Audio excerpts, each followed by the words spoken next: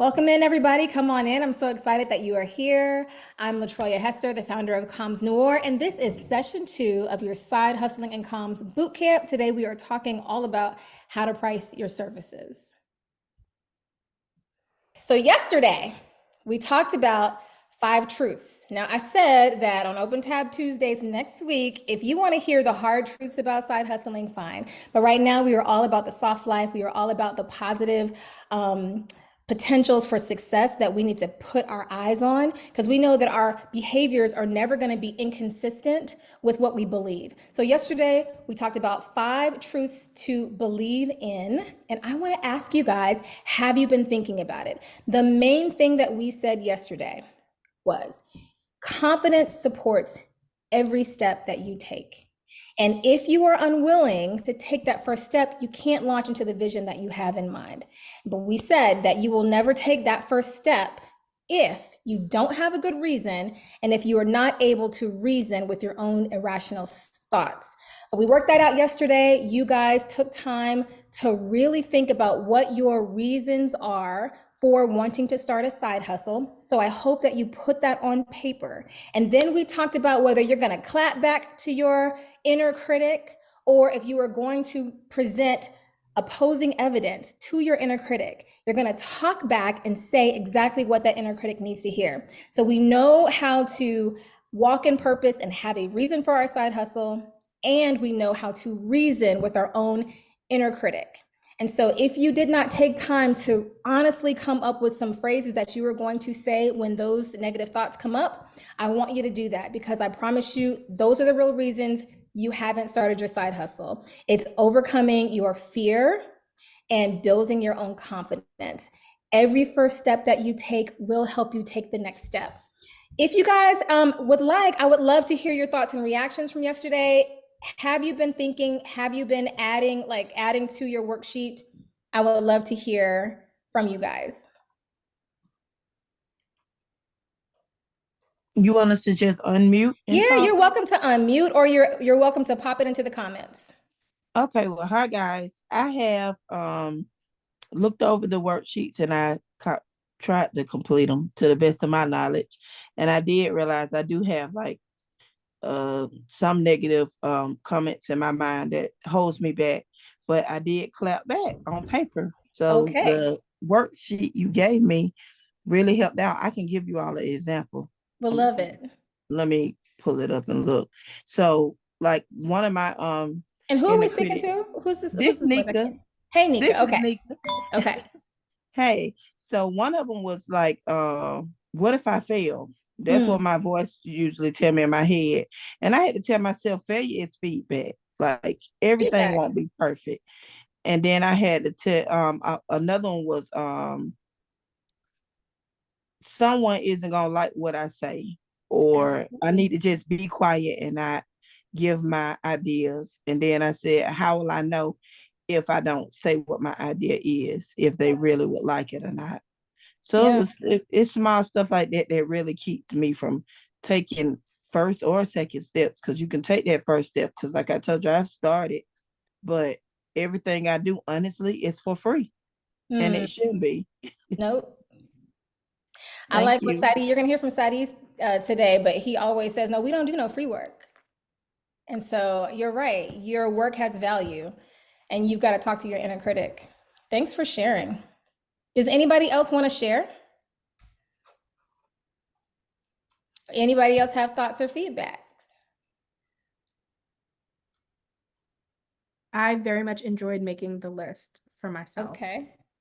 Of the things I need to say back to myself. I needed that for like so many areas of my life too. So good work. Good work. Good. It's good work to you. As you guys are doing this, it's really what you're doing for yourself. And so I believe in cheering yourself on, pat, pat, toot, toot. So I'm glad to hear that it was a valuable exercise, and I want to keep hearing from you guys. All right. Today you are in for a treat, because Sadi Thompson, an advisor of Comms Noire and also the founder, of course, of Alpha Odessa, he is going to be talking to all of you about pricing your services. Now, I'm gonna tell you, yesterday, when I said, I had folks say, you know that you could do this on your own. You know you should be charging this and not that. This is one of the voices that I was talking about. And so I am not going to go on and on and on about him. He'll introduce himself, but right after he does a full training to help you understand how you can price your services, we're going to have a panel, my side hustle panel. Co-founder Belinda Gatson is going to speak. Ace Magenti, I've worked with her over the years, and so she's going to talk to you about how she does her services. And my bad, Sadi, I was going to take you off this, and so I have Ace on here twice, but you're going to have to be a panelist for today as well. So just be ready for the questions. Okay, you guys, just know we're going to switch over, and I'm going to stop sharing so that we can, so that Sadi can take over the screen. But I want to hear from you guys in the comments throughout his presentation so that you can capture questions as they come to you, and be sure to save those questions for him as well as the rest of the panelists as he's talking. All right. Thumbs up if everybody can see my screen. Yes. All right. So today's session, we're going to be talking about using music to understand like our value and how we can price our services. If we, we as Black people are very musical folks, and we get a lot of our inspiration, a lot of our wins, a lot of our mood is determined by the music that we're listening to. I just recently did a round of spring cleaning, and I don't think I would have got through it without the whispers. And so, just understanding that there are parallels between the music that we listen to, the lyrics in those music, and the way we can live our lives, especially when we talk about pricing our services. So we go through a couple of I'm gonna go through a couple of lyrics, give you a couple of songs to kind of help you understand how to price your services, and really recognize your value as a side hustler, solopreneur, new consultant, whatever it is you're deciding, but just to help you understand your value. So first, just a little bit about myself. My name is Sadi Thompson. I have nearly 15 years of communications experience, working for nonprofits and government entities at the agency level. I hope I am not telling my age, but I just had a birthday, so I may look younger than I actually am. I founded Alva Odessa in 2017 as a response to not wanting to work for anybody. I wanted to kind of do my own thing. I wanted to be my own boss. I wanted to live by my own rules. I wanted to lay on the couch when I wanted to lay on the couch in the middle of the day, right? So I founded this company as a way to fuel that, but it was very much a side hustle when I started. I think I had one client, and I was doing it in between, client meetings for the current company I was working for, and trying to find ways to fit a little bit of extra work in between those sessions until I got enough clients to where I could actually quit my job and work for myself. I've been a mentor and coach for nonprofits and small businesses. So as LaTroya said, I am a voice for, folks who want to take that leap, and businesses that want to kind of expand their reach and figure out how they can do it, because I am a testament of it, right? I can, I think I believe in leading by example, and I believe I am an example of, being able to go from a side hustle to a full-time job or full-time agency, in a scary landscape. And I'm a serial entrepreneur and side hustle. Anybody that knows me, I have probably started a business in every industry that you can think of. I do not have an OnlyFans. That's the only one I do not have. But I've started construction businesses. I've owned bars and lounges. I do a creative agency. I've done all types of things. So any industry you can think of, I've probably had a hand in it. And so we're going to start off first by talking about some reasons why you need to consider your pricing strategy, right? And so here's a quote from the poet laureate, Cardi B. She said, "I was born to flex, diamonds on my neck. I like boarding jets. I like more than sex, but nothing in this world that I like more than chicks," right? And so when you think about becoming a solopreneur or a side hustle, it's about money, right? You don't do a side hustle to save the world. Your side hustle may save the world, but you do it because you need a couple extra coins in your pocket. And so one of the most important decisions that we have to think about when we're starting our side hustle is what we want to charge, how we want to charge, and what our value is. And so even if you are new to this realm or you've been in it for a while, it's essential to revisit your pricing models to make sure that you're doing what you need to do to be able to be successful. A couple of reasons to consider your pricing strategy. You make more profit when you understand what you need to charge and how you need to charge it. You spend less time wasting money on products and services that you don't need for your organization. You're not wasting time with clients that may not fit your profile. And you do not waste time doing some of those little things that can throw you off track, right? If you know what you need to do, you can price yourself accordingly to make more profit. You get more sales in the right places. A lot of solopreneurs and side hustlers, when they start, specifically in something like communications, we feel like we got to do everything, right? I got to do PR. I got to do social media. I got to do graphic design, right? By understanding your pricing model, you know what services you're most equipped to provide, and you can see a pathway to providing only one or two services as opposed to feeling like you have to tackle it all to be able to be of value to your customer base. It helps customers understand your products better. A lot of folks, in terms of the clients that we have, they draw a parallel between the price of the services and the quality of the service that they will get, right? So a lot of clients are very price sensitive, right? They want the cheapest. I go for the cheapest, and they say you get what you pay for, right? Some people kind of see a larger price tag and think that they're going to get a better service from a service provider. And so by having your pricing model, it gives clients a better understanding of the products and the services that you provide. And then finally, you avoid the need to discount your services. As side hustlers, we come in and say, I need to do some stuff for you. I need to build a portfolio. I need to, all these things that we feel like we don't have enough experience. We don't have enough rapport with the industry to be able to charge what we think we can charge. And so what we end up doing is doing work for free, or we discount our services, which then lowers the profit that we can make, and it lowers the probability that we can turn this into a serious thing, because the one thing we can't get back is time. So if you waste a lot of time giving people free work, that's time that you can't get back, and that's money that you can't recoup. And when you discount your services, it puts you on a pathway to only be able to scale up from where you discounted from, right? So we want to be able to charge what we're worth. So, when inflation hits and when the cost of services and cost of goods go up, we can raise our prices in a way that is appropriate for the market.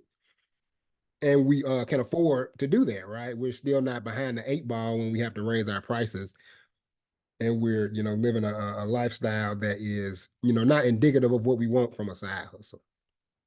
And so, but the most important thing when thinking about our pricing strategy is, it starts with you.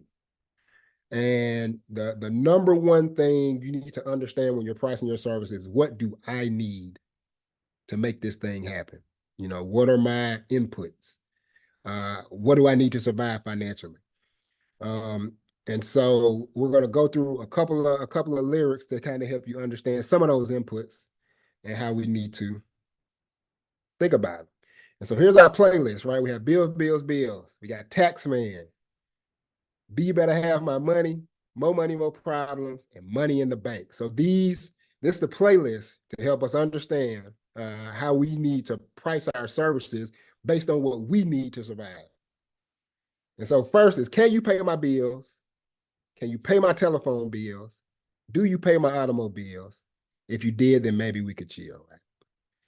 Overhead and expenses, right? And when we start a business, we got overhead and expenses. We got a light bill. We got cell phone bill. We got insurance. We got, if you sell a product, you got products. If you need software, you got to buy software. And so we have to think about, when pricing ourselves, how do we cover our overhead and expenses? Because we can't pay ourselves until overhead is taken care of. And so when we're thinking about pricing, we need to think about the bills we have, not only as a business, but also personally, because we have to, you know, cover some other bills as well. We got groceries. Some of us have kids that we have to take care of. Some of us have cats that we have to take care of. So we have to take into account, how much money do I need to survive to be able to make this thing a reality. Next, I'll tax the street, I'll tax your seat, I'll tax the heat, I'll tax your feet. And that's Tax Man from the Beatles. You gotta pay the tax man. It doesn't matter how much money you make from your side hustle, you gotta pay the tax man. And so when you are thinking about your prices, you have to factor into it a number that can support you paying taxes at the end of the year.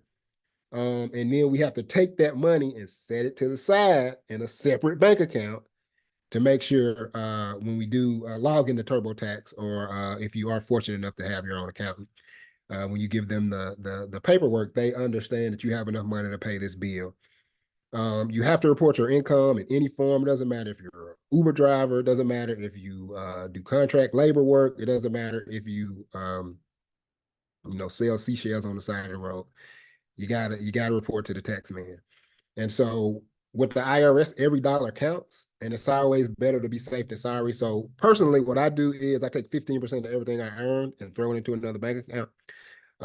And that usually covers taxes for the year, and I'm not thinking about it.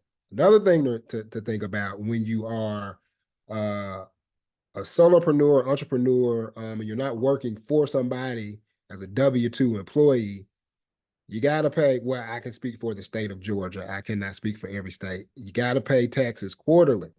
You don't pay taxes yearly. So every 3 months, you need to be paying your taxes, or you will get a penalty.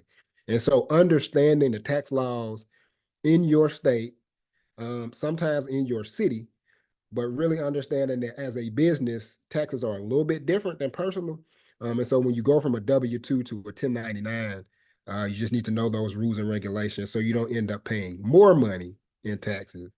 And normally it may be only a couple $100, but I don't know about y'all. I am not rich enough to waste a couple $100 just because I forgot to pay taxes quarterly. So when you're thinking about your pricing model, think about taxes, think about how you're going to pay those taxes, and make sure you're prioritizing that when you are making your price, so you don't get caught at the end of the year spending your profit trying to pay your taxes. Next up, I don't know what they want from me. It's like the more money we come across, the more problems we see. I think everybody understands that. So when we are thinking about our pricing model, we have to think about price increases. We are going through an inflationary period right now that is hurting everyone. And so when you don't have price increases in mind, you end up losing money during inflation. And so when inflation happens, your price should inflate at least at the same level. And you need to build that in. So what most people do is they don't even wait for the inflation numbers to come out. Year over year, they just add 7%, right? So if you have a 3-year contract, they just add 7% each year to account for inflation. If it goes up 7%, fine. If it doesn't go up, you just end up making more money at the end of the year. But you have to account for inflation. If you use software, sometimes software prices go up. If you need new hardware, say you need a new computer, and the price of computers go up. So you have to factor in price increases and adjusting for the cost of living, right? And like when we talk about these inputs, we're not just talking about business inputs, we're talking about personal inputs too. And so property taxes are going up. And so in your price, as when you're paying yourself, you have to factor in what you need to live. So you need to take into account what it costs for you to live, like what your rent is, what your mortgage is, thinking about your whole life, not just your business life, to make sure that you can sustain this type of business. And, some people don't want to turn side hustles into main gigs. But if you do, you have to think long term, and that encompasses your entire life, not just the life you have from 9 to 5 when you're doing your business. B better have my money, pay me what you owe me. And I think this is this is as a consultant or a solopreneur or a side hustler, this is something you have to be prepared for. Now, if you sell products, it's a little different because people have to pay for the product before they get it. So like, even if you're in communications, you may sell worksheets, you may sell books or things of that nature to where you can get the money before the product is delivered. And that is amazing. But if you provide services such as strategy, graphic design, or you work with clients that use grant-based funding or have to go through, accounts receivables, sometimes clients owe and they do not pay, or they owe and they pay you the following year. So say if they owe you in December, they pay you in January. So that's a tax implication. But you have to factor in bad debt, and you have to go into it understanding that you're going to have some clients that say they are going to pay you and they do not pay you, or they pay you late. Most clients have at least a net 15. So that means you finish the work immediately and they're not going to pay you till 15 days later. Well, I take that back. They're not going to pay you until 15 days after they have received your invoice. Most people do net 30, and you can push back on that, right? You don't have to accept their terms. You can say, well, my policy is payment upon delivery. If you go hold my check for 15 days, I will send you the invoice. I will hold this deliverable for 15 days. And so you can negotiate that, but really understanding that most people, when dealing with large sums of money, in the communications field, you're probably going to have a net 15 or net 30 payment schedule. And that has to be built into your payment model. And so you have to understand, if a client pays late, I can still pay my bills. If a client doesn't pay me, I have enough work and I have a good enough pricing model to where I can survive one or two clients, maybe being a little flaky, and that will help you understand the type of clients that you need to get, but also how to safeguard yourself against clients who may not be the best stewards of money when it comes to your contracts. And then finally, I got money in the bank, shorty what you drink. So you have to factor in profit. So when you are creating your pricing model, after you get all your numbers, after you get all your expenses, after you think about how much it takes you to live, you want to factor in a profit.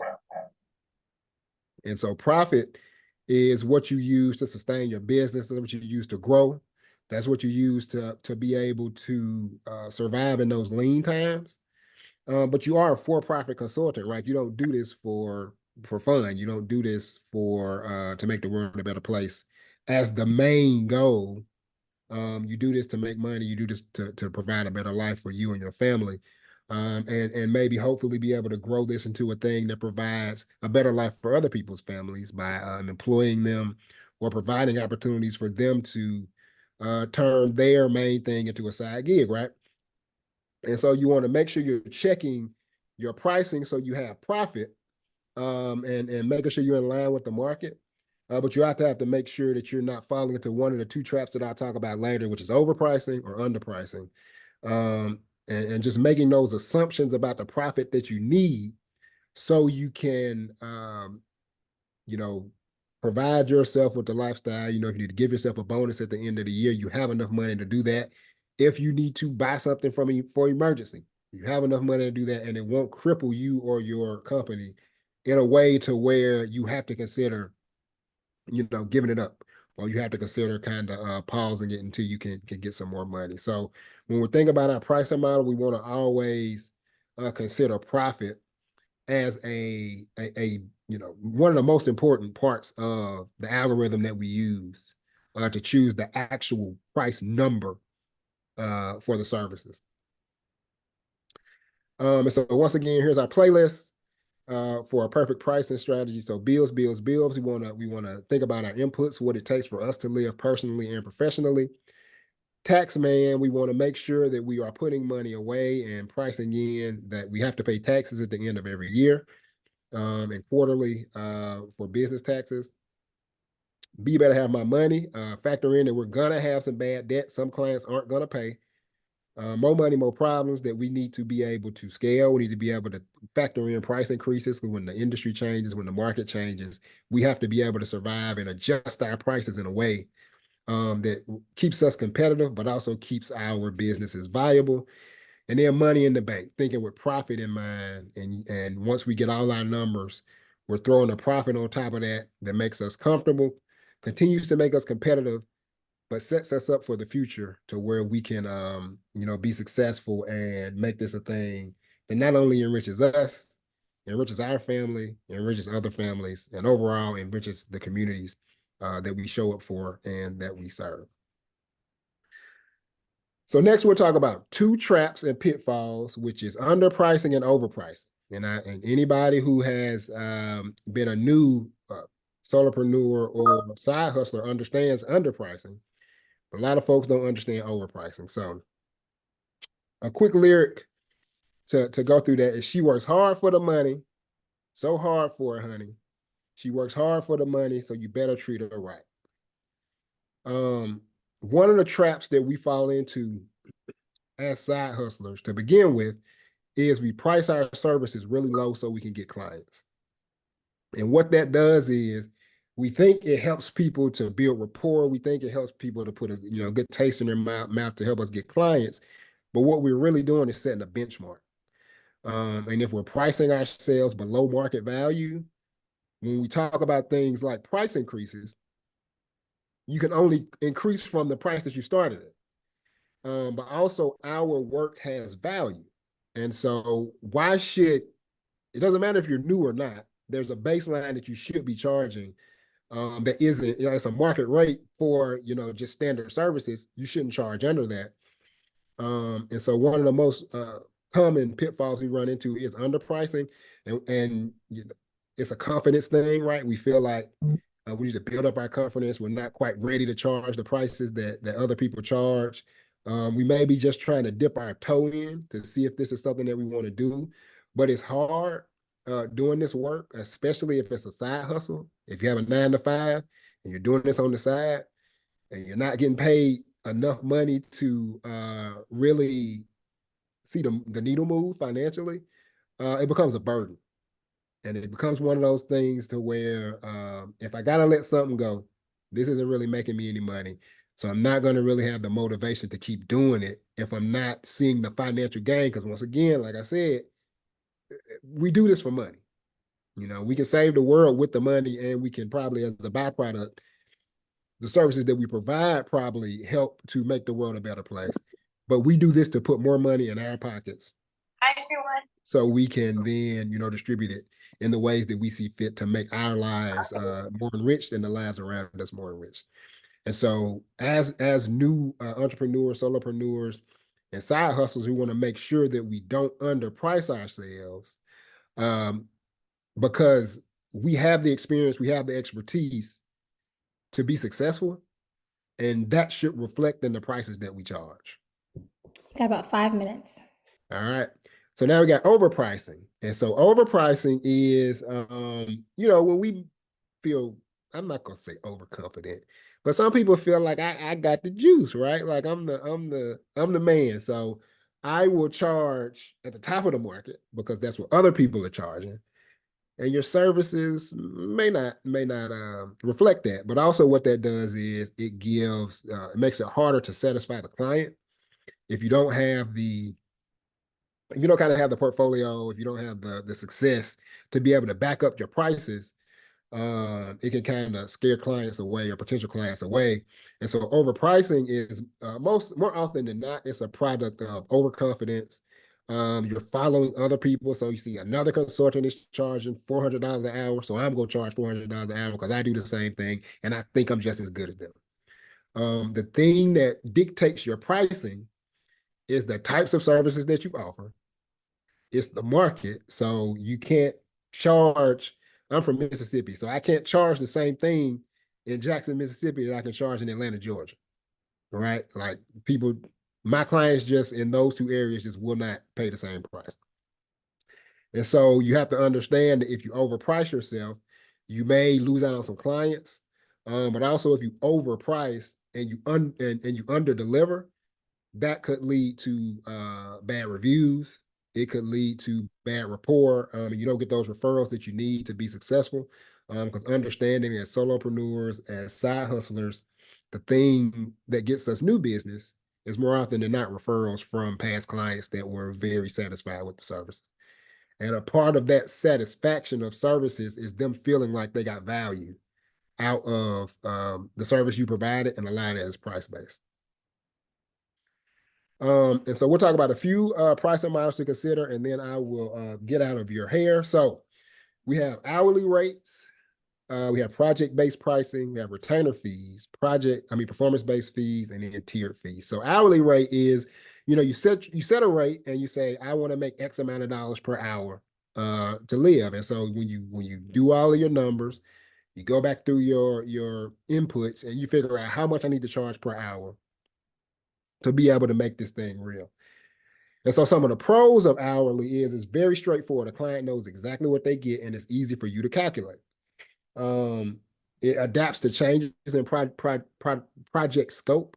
So it's like, it doesn't matter what I'm doing, I'm charging you the same amount per hour.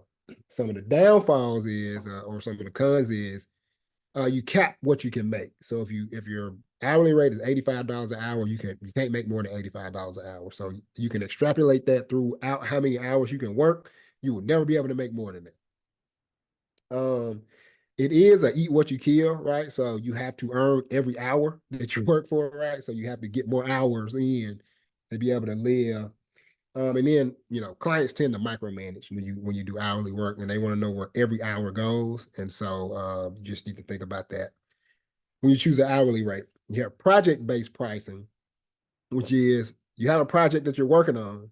So you charge a flat rate for that project. So X amount of dollars for the project to get complete.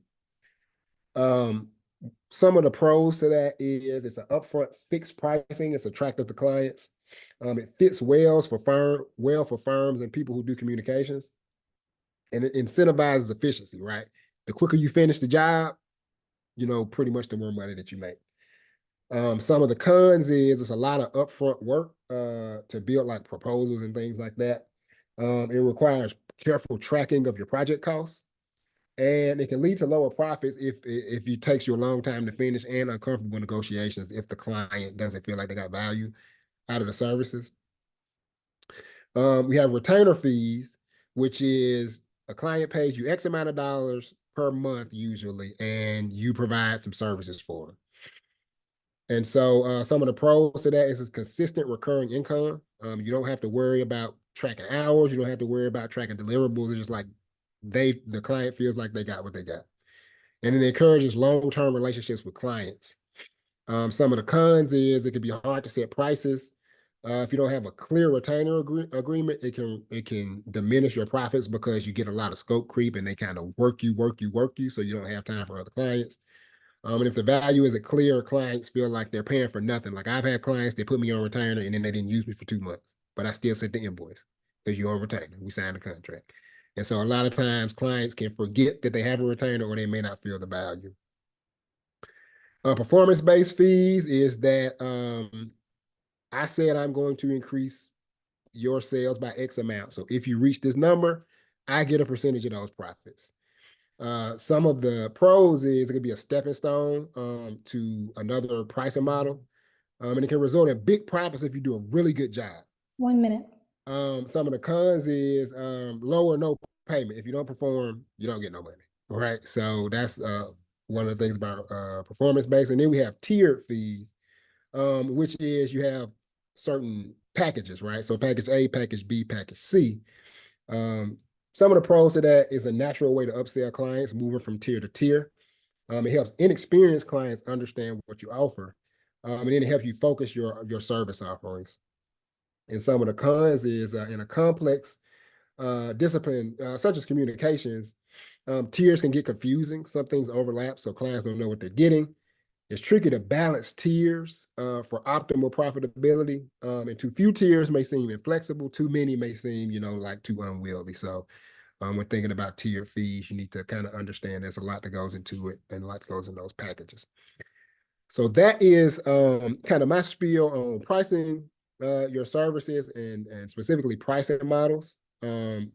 I would love to hear your feedback and thoughts. And if you have any questions or comments, feel free to throw them in the chat, or message me directly, and I can answer those questions. But I'm glad I was able to present this idea to you all, and hope you all found value in it. Thanks, Seti. This was extremely valuable. And what I want to do next is allow you, as well as Belinda and Ace, to talk about your pricing strategy. So if you could just introduce yourself really briefly again, just as briefly as possible, but tell us what you do on the side and how you price. That's what we want to know, in a nutshell, starting off. Belinda? Hey everyone. Can you hear me okay? Because I am in shared space. Okay, great. So I'm Belinda Gaston. My business is Gaston Consulting Group. I do strategic planning, facilitation, and communications. I do less communication work now, and I'll tell you why. So I started out hourly, Sadi. Now I do packages. The reason I say I do less communications is because I streamlined communications. Is great for those of you who know that work well. But for those of us who are more on the strategy for businesses side, packages work best for me. So I have tiered packages for nonprofits, tier packages for larger businesses. And that's what works for me. And I outsource what I can, which is built in the cost of my packages. And the only other thing I'll add is for my packages, I have a very detailed description right down to the number of hours that's involved in each package. And I send my clients updated, like an updated tracker of where they are in their package use. So there's no surprises. So. Oh, okay. Is that what That's you wanted really to know? helpful. That's everything, right? I tried to be succinct. Yeah, that was Okay. good. And it's interesting that you give them updates on how much they have used up to certain points. That's really helpful to keep them on track. Ace, how about you? Tell us about the services that you offer and how you have structured your pricing to this point. Yeah, so everybody, I'm Ace McGinty. My business is Willis Social. Do all things digital comms, so social media strategy, campaign and creative strategy, content development, newsletter development and distribution. So all things communications in the social media landscape for the most part. So the pricing strategies or models rather that I typically use are hourly rates, a little bit of a mixture of both really, hourly rates and project-based fees. So as Belinda said, even with my project-based fees, I itemize that in hours, so it's easy for the client to understand, all what goes into that and how, we got to that price. I found that works pretty well for me. And how I got there was basically just using the basic equation. One that Sadi pretty much went over in his prezo is just determining, the expenses that go into getting the job done. And then as well as what I would like the profit to look like, based on my experience and such. So I can elaborate, but I don't know if we're No, that's okay. gonna do that later. Yeah, Yeah, that's the gist. Sadi, you didn't tell us how you structure your pricing. Okay, yeah. So I do a mixture of 3 pricing models. So I do hourly. I also do project-based. My favorite though is retainer. And that's because clients don't check the hours so much. Because my value isn't in what every hour I provide, it's my expertise. But yeah, so those are 3 pricing models that I use. More often than not, it is hourly rate. But I'm moving more into getting out the hourly rate and into more retainer-based and project-based fees. So I feel like hourly is easier to justify for your clients, and they feel like they understand the value of your time, and so they want to pay you per this hour. But I always say that hour often constitutes years of experience, and it's not really a fair hour most of the time, because if I spend an hour with you talking, and giving you a great deal of value that you turn around and make a whole lot of money off of. That's very different when, let's say, Ace, and for you in particular, the reason you can do certain things in a certain hour is because of all of your years of experience, right? Like if you ask me to do anything that you're doing, it's gonna take me 15 hours. And I know I can't charge the client 15 hours for what they're asking, you know what I mean? So how do you guys grapple with the conundrum that sometimes charging hourly will put you in? Like how do you, I know that's a challenge.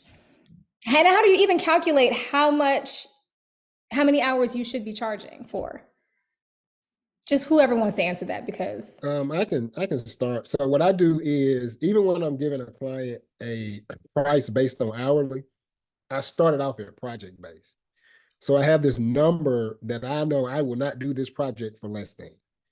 Then I kind of back it out in the hours and say, well, this is my rate. Is this enough hours? You know, when you divide the project fee by the rate, is that enough hours to be able to get the job done?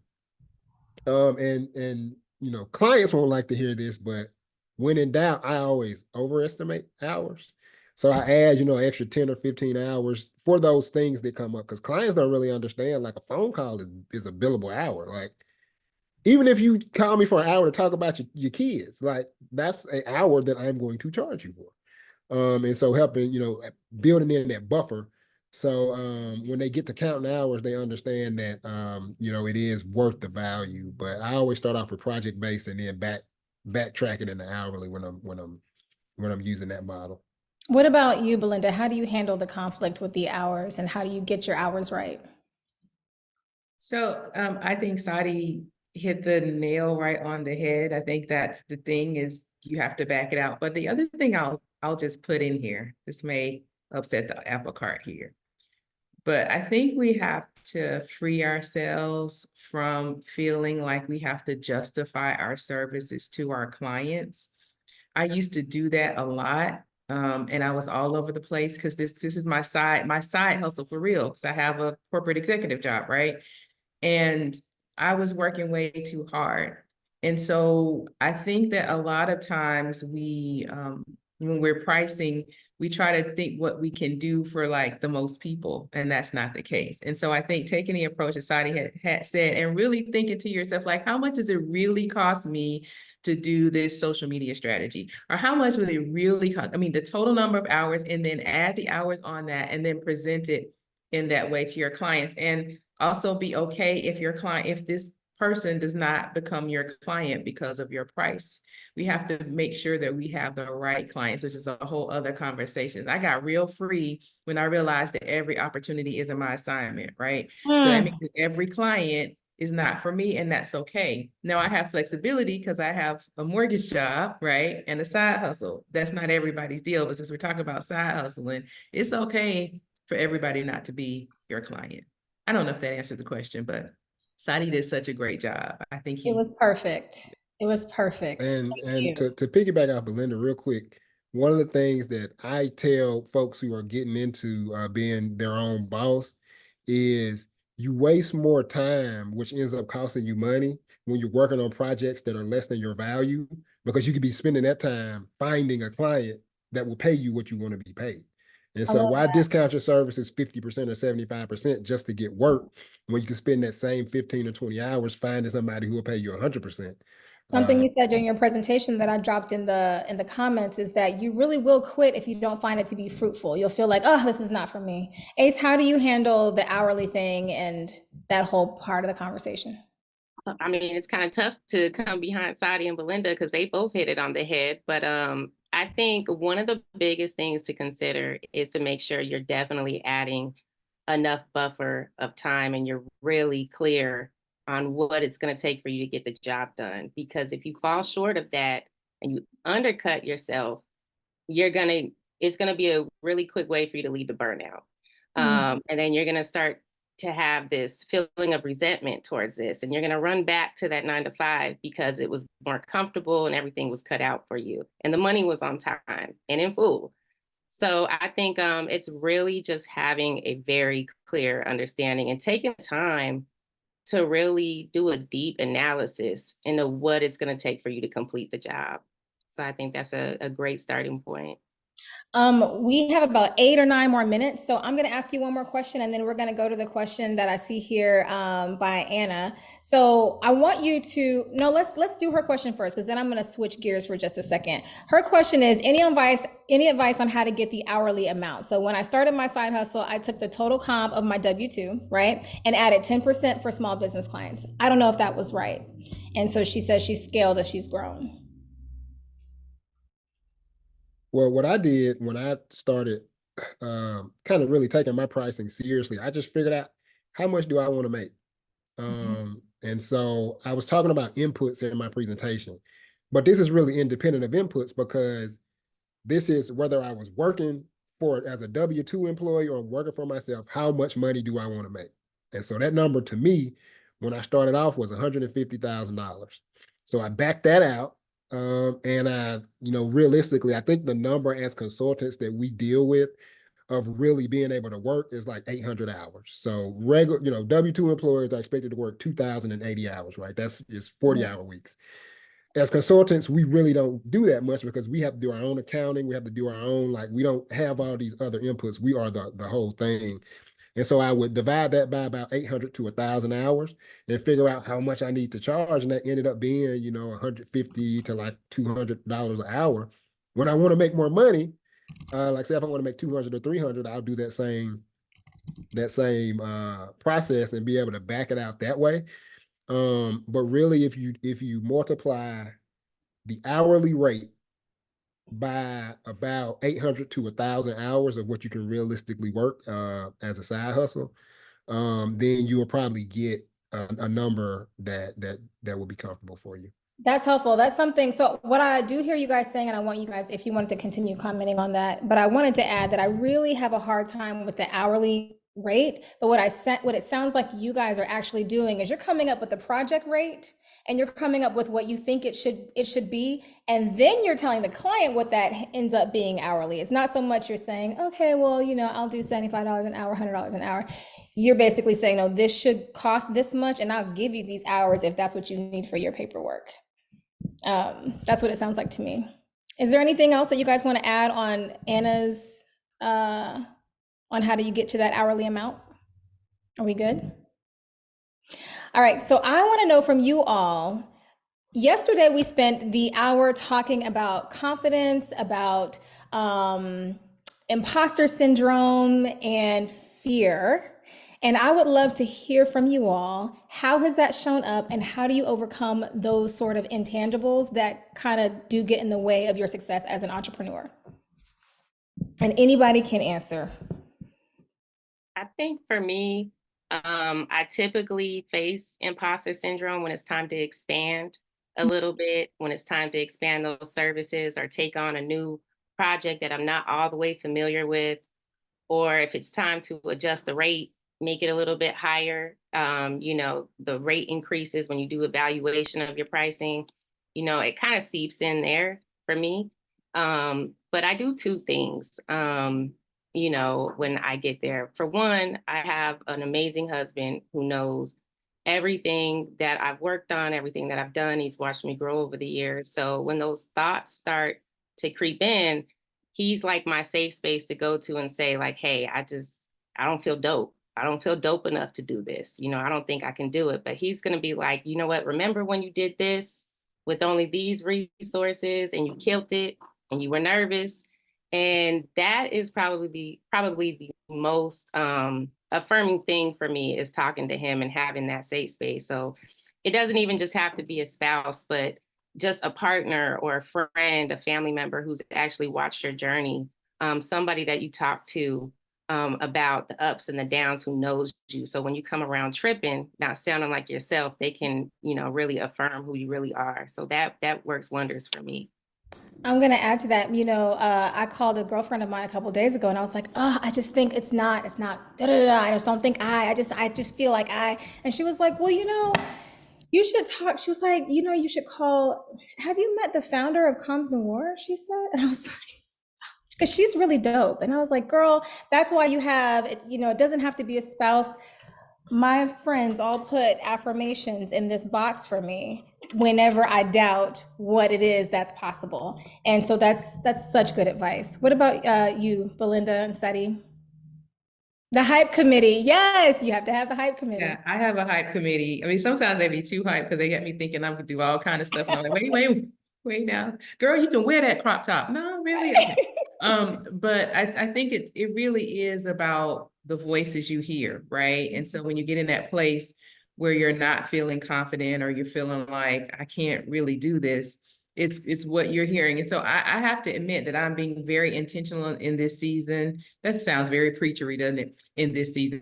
I'm being very I'm being very intentional in this season about what I expose my ears and my eyes to. Is the reality. And so I have my hype committee that helps, but also I started this thing last year where every quarter I started writing down the hardest thing I did for the last 3 months. Like the hardest thing I did for the last 3 months. And my husband thinks it's bananas. So Sadi, I'm interested in what you have to say because I feel like men and women kind of process this a bit differently. But I write, so I started in January of 2023, writing down the hardest things I did for the last 3 months. And so I look back at it and it's like, well, this thing I did back last year is not nearly as hard as what I'm trying to do right now. It really does put things in perspective. And so I think it's the common, and then I'm a praying woman, I'm a woman of faith. And so I have to pray my way through it, but sometimes it's difficult. And I think we have to give ourselves permission to feel, at least for the women, because we tend to be in our heads a lot. It's okay to feel like, you're not the stuff today. Give ourselves some grace, right? But that writing down the hardest thing combined with my hype committee has really done it for me this year. Like 2024 has been gangbusters. And I think it's because I can look back and say, wait a minute, I dealt with that whole situation last year and this is nothing compared to that. So good. Yeah. And Belinda, I think you're spot on with that writing the hardest thing down, because for me, when I have those feelings of self-doubt, it's because it's not something that I'm good at, right? It's a part of the, being a solopreneur that is not my my trade, for instance. So like I've never felt self-doubt about a deliverable I've provided to a client. When I feel self-doubt is when I'm looking at my runway and I don't have any work for the next 3 months. That's a sales thing, right? Yeah. And people don't understand that, like, in order to be a good entrepreneur, you have to be a good salesperson. And so every 3 months, if I did that, Belinda, it would be, I was terrible at sales this quarter. I was terrible at sales last quarter. And what that would do is help me to bolster those salesperson skills and be better at selling, which I can then be able to quiet those voices, because whenever I have those thoughts, it's never related to the actual product that I put out. It's related to the thing that I need to be able to grow, which is, bolstering those relationships and doing what it takes to get more sales for myself and for my agency. And right along with you all, I have a really great support group. I have a really great partner who she's like, you're really good at what you do. She is my biggest cheerleader. I have family members that, are serial entrepreneurs like myself, so they understand the peaks and valleys that come with this. And so when you have that community that you can lean on, that when you feel like, going on LinkedIn and trying to find you a position that pays $200,000 a year, they tell you, like, what, you're worth more than that, or your time and your freedom is worth more than what you'll make going back to the W-2 lifestyle. And that really gives me the motivation to keep going. And a lot of those times, those relationships are the things that lead to more business, right? When if they understand that you are kind of struggling with sales, they'll be like, well, let me reach out to my network, see if anybody needs marketing services. And we talked about that yesterday. Your network really will help you out. Yep. So we are over time by 1 minute. If you guys want to hang out, I'm going to ask you one last question, and you can combine it with Chelsea's question here. She says, how did you all decide what your services will be? She says, it was mentioned earlier. And she says, I do so many comms things, but I'm not sure what's the most marketable or worth specializing in for a side hustle. So if you guys will answer that and then cap off your answer with your plans, that your future vision for your side hustle, I would love to hear that as a wrap up. How did you decide what your side hustle was going to be, and what's your plans for what's next for your business? I'll start with you, Ace, if you don't mind. Sure, sure. So I think a good way to gauge what services you should offer are the ones that you can confidently do solo. You should lead with those. The ones where you don't need anybody to assist you with, lead with that. But if you do want to take like the agency route, you know, and build and really have like an agency, consider making relationships with other people in the comm space that do those other things that you'd like to offer. Because I think a lot of us in the comm space, we have our own businesses, we have our own agencies, but we also contract with other agencies to do things that that person might not do too well. So I think Sadi said it earlier, you don't have to do everything on your own. But definitely, if you're trying to think what you should be doing, it's whatever you could do 100% with confidence without assistance. But And what's definitely. the next step for your company, Willis?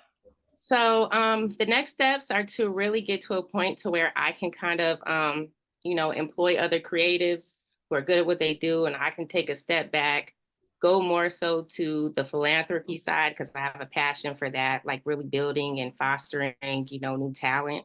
I'd like to see me get to a point where I can do that, and kind of get out of the one who's actually having to do all the services, if that makes sense. That makes sense. Yeah. Belinda, what about you? How did you choose your side hustle, and what's next for your consultancy? So I learned the hard way. I tried to do everything and it didn't work.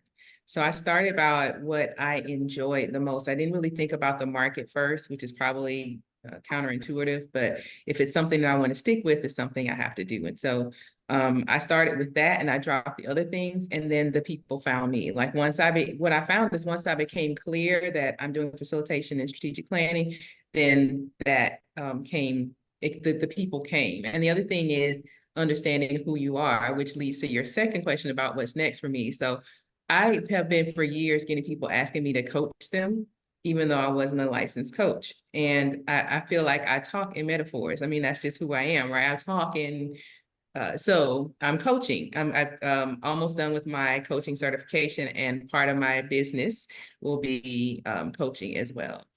So that's what I would say. Thank you. And Sadi, you can wrap us up. I want to congratulate Belinda on completing that coaching certification. That's a big deal. So what I did was when I picked my side hustle, I took my last job and I said, I can do this. I don't need the rest of these people to do this. And I tried to do everything. So recently what I did was I told myself that clients deserve excellence regardless of the service. So I went through all the services I offered, and the things that I could not provide excellence in, I said I'm going to outsource that. And so I shrunk my services down to the things that I know that I'm really good at, and started outsourcing the things that I'm not really good at. Even if I'm, good enough to pay the bills, like clients don't deserve that. They deserve the absolute best. And so that's how I really chose the services that I wanted to offer. What's next for me is I do want to build into an agency model, but to one where I don't have to be too involved with the actual deliverables, to where I can just be a salesperson and be a networker. It's tough now because we got to eat what we kill, but my goal is I have a financial goal of 2024. But also that includes being able to build my agency to a couple more people so I can be a little more hands-on or hands-off and be more hands-on with the networking. Well, thank you all so much. If everybody wants to give a virtual round of applause to our guests. And I want you guys to know that I brought this group of people together to all of you as a complete ruse. You heard it. You heard them say, I'm looking to outsource. I'm looking for people to do work with me and for me and to help me serve my clients better. So as you all build your side hustles, that is my real goal, is to get you to have the confidence and to take the first step to put your side hustle together, to choose your services, and then be available when all of these leaders are looking for people to outsource to. Your hand will already be raised. So I hope that you found found this time valuable, and I will see you tomorrow when we start talking about how you can position and market your services. See you later.